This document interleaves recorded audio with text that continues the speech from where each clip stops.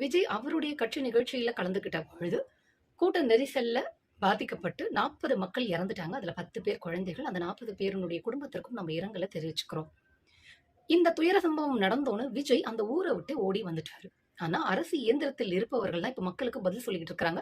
மீட்பு மற்றும் நிவாரண நடவடிக்கைகளை மேற்கொண்டு வராங்க. மக்கள் இப்ப இங்க என்ன புரிஞ்சுக்கணும்னா, அரசு இயந்திரம் அப்படிங்கிறது எந்த அளவிற்கு முக்கியமானதுங்கிறத புரிஞ்சுக்கணும். இப்ப நம்ம இருக்கக்கூடிய கேள்வி என்ன அப்படின்னா, இப்படி ஒரு துயர சம்பவம் நடந்த பிறகு விஜய் ஏன் தார்மீக பொறுப்பு ஏத்துக்காம அந்த ஊர விட்டு ஓடி வந்து சென்னையில ஒளிஞ்சுக்கிட்டாரு?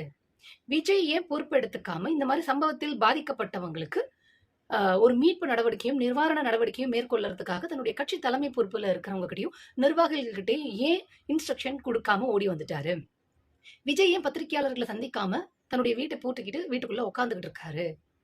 தார்மீக பொறுப்பு ஏத்துக்காத விஜய் ஏன் தங்களுடைய சப்போர்ட்டர்ஸ்கள இறக்கி விட்டு, விஜய் வந்து தூங்கல, விஜய் சாப்பிடல, விஜய் குளிக்கல, விஜய் வந்து சுச்சு போல, விஜய் கக்கா போல, விஜய் தூங்கவே இல்ல, விஜய் வந்து கண்ணீர் வடிச்சுக்கிட்டே இருக்காருன்னு ஏன் வீடியோ போட சொல்லணும்? ஏன் விஜய் பத்திரிகையாளர்கள சந்திக்காம வீட்ட பூட்டிக்கிட்டு உட்கார்ந்துகிட்டு இருக்காரு?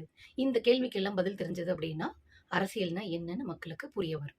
அந்த அரசியலுக்கு விஜய் தகுதியானவரா அப்படிங்கிறதும் புரிய வரும்.